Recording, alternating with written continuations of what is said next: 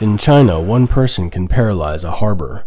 On August 11th, the Chinese government quickly shut down the world's third largest container port after the city of Ningbo reported that a port worker had tested positive for the COVID-19 virus. Shipping congestion soon set in.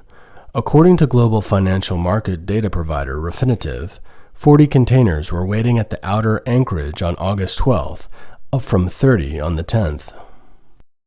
This event has led many observers to realize that China's unique model of COVID prevention could strain China's manufacturing output and logistics, which in turn could disrupt global supply chains. Beginning in July, the spread of the Delta variant accelerated in China, and it is concentrated in the Yangtze River Delta, China's central export hub, which has depressed output in Chinese factories. Meanwhile, supply chain disruptions could further push up production costs. Despite the government's efforts to curb the impact of the commodity price spike, recently released official Chinese data showed that China's production price index rose 9% year over year in July. In earlier research, analysts at J.P. Morgan Chase said that China had imposed strict personal mobility restrictions to better enforce its zero-COVID policy. The zero-COVID policy is an extreme model. It was created in early 2020 when the COVID-19 broke out in Wuhan, and the Communist Party began a strict policy of entire city lockdown and full staff testing. It quickly claimed to have contained the outbreak and touted its zero-COVID model as a success while attributing its success to its system superiority.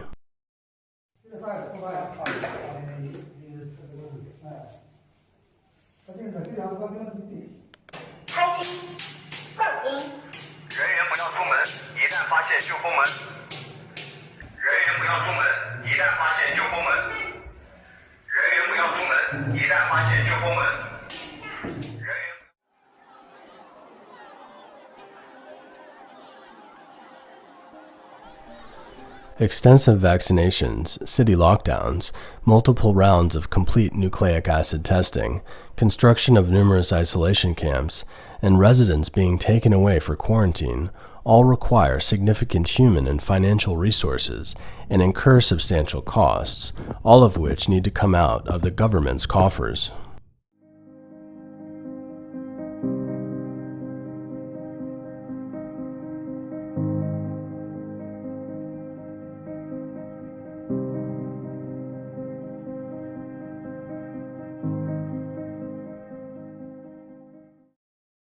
On the other hand, lockdowns also stop production and reduce revenue.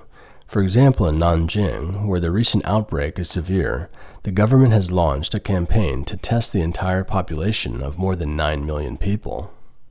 Another metropolis, Wuhan, has also tested its total population of 11 million residents. How much does this cost? Let's take a look at the records from 2020. In May 2020, it cost Wuhan RMB 2 billion, or about USD 309 million, to complete a full round of testing on all its population, which is 11 million residents. If it were to carry it out nationwide, it would have cost about USD $43.2 billion.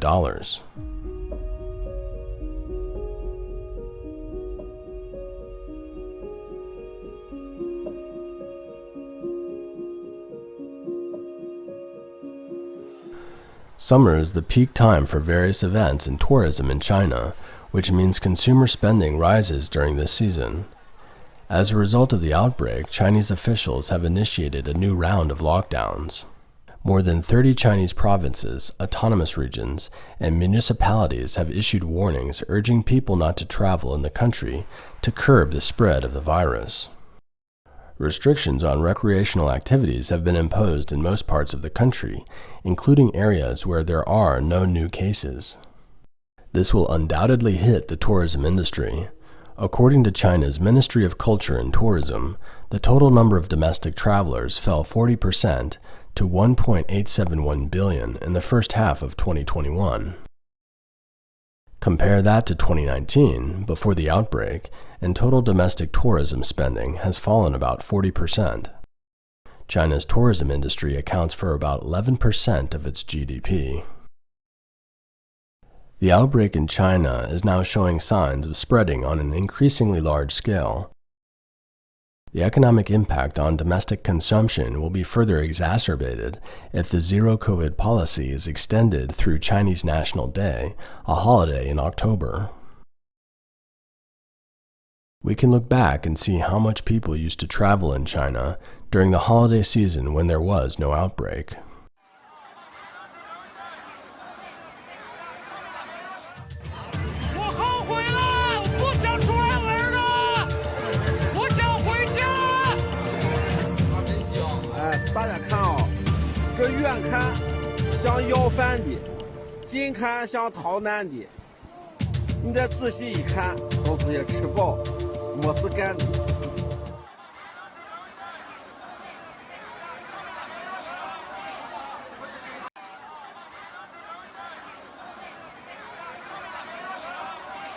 Mainland China's financial platform, Gilonghui, has released official statistics which shows that in the first half of 2021, among China's 31 provinces and municipalities, only Shanghai had a fiscal surplus, while the rest suffered a shortfall where revenue failed to cover expenditure.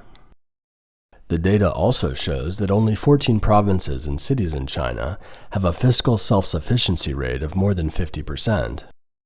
Provinces in the west and northwest have a fiscal sufficiency rate of less than 30%, making them highly dependent on subsidies from the central government.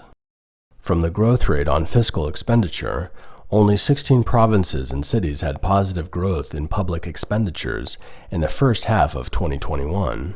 Guizhou, a southwestern province, saw a 12.5% drop in public expenditure in the first half of 2021, a sharp drop of 33.9% from the same period in 2019.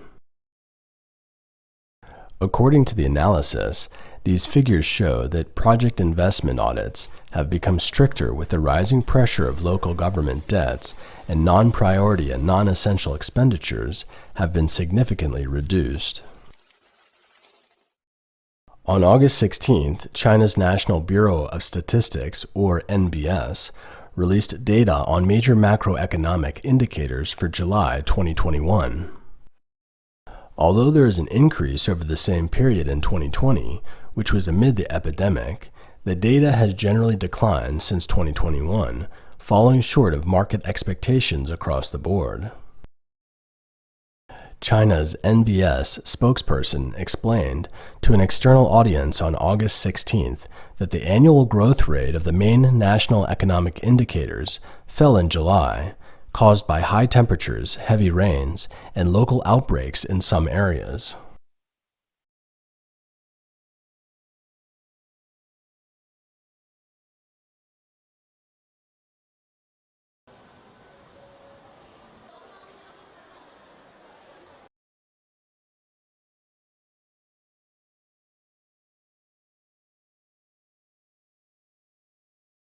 The authenticity of the economic data released by the Chinese Communist Party, or CCP, has been widely questioned because of its habitual falsification.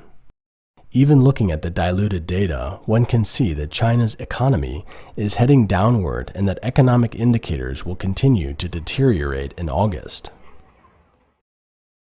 At almost the same time, international investment banks have lowered their estimates for China's GDP growth for the third quarter in 2021 as a whole.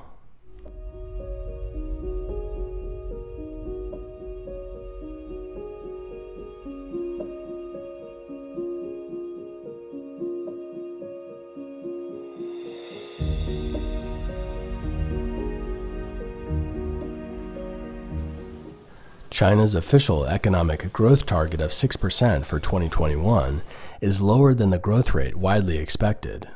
But to stabilize growth, the Communist Party's Politburo meeting late in July hinted at maintaining an accommodative monetary policy. China's central bank released RMB 1 trillion, or USD $15 trillion, worth of liquidity into the banking system in early July, even as the country struggled with surging inflation and growing debt risks. So can the Communist Party afford to continue implementing the zero-COVID policy going forward, taking extreme measures? It looks very challenging. First, China's domestic vaccines have been questioned for their effectiveness. China's Sinovac vaccine reported maximum effectiveness of 91% based on a trial in Turkey. Its latest trial in Brazil, however, reported effectiveness of just over 50%. Regarding the quality of the domestically produced vaccine, China still has a big gap to achieve herd immunity. In addition, the low level of governance by Chinese officials can lead to recurring surprises and loopholes. The recent outbreak of a new round of epidemics at Nanjing Airport is an example. We have described the relationship between the severe outbreak of Nanjing and unprofessional officials in previous episodes. At this point, there is no sign that the CCP will change its current outbreak prevention model. The extreme mindset of the CCP, coupled with its corrupt bureaucracy, has made any positive changes nearly impossible. For too long, the government's official media has been loudly criticizing the lax outbreak prevention strategies of Western countries like the United States and the United Kingdom to the Chinese public. The CCP has a habit of never admitting its mistakes because admitting mistakes means undermining the party's authority. In 70 years of official Chinese media propaganda, the CCP has been described in three fixed terms: great, glorious, and correct. A Chinese doctor wrote on his personal Weibo on July 29th, "Most virologists in the world now recognize this as a resident virus, and the world has to learn to live with it." The Chinese official media subsequently criticized him on a massive scale. On August 1st, the most powerful media outlet within the CCP, QStheory.cn, known as the flag of the party, published an article titled "The Comparison Between the East and the West Under the Great Test Against the Epidemic," in which it criticized Jiang by name. On August 12th, the article was reprinted on People's Daily Online.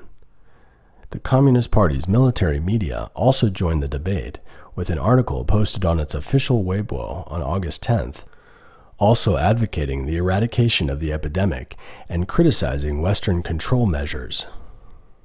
A professor from Beijing University commented in CCP-backed Global Times on August 9th that it is essential to continue comprehensive prevention and control measures and not to fall for the West's chain of tricks. The commentary said that the argument of coexistence with the virus is like advising a top student with good test scores to learn from the study methods of poor students. It is not for the benefit of China, but with a deeper meaning.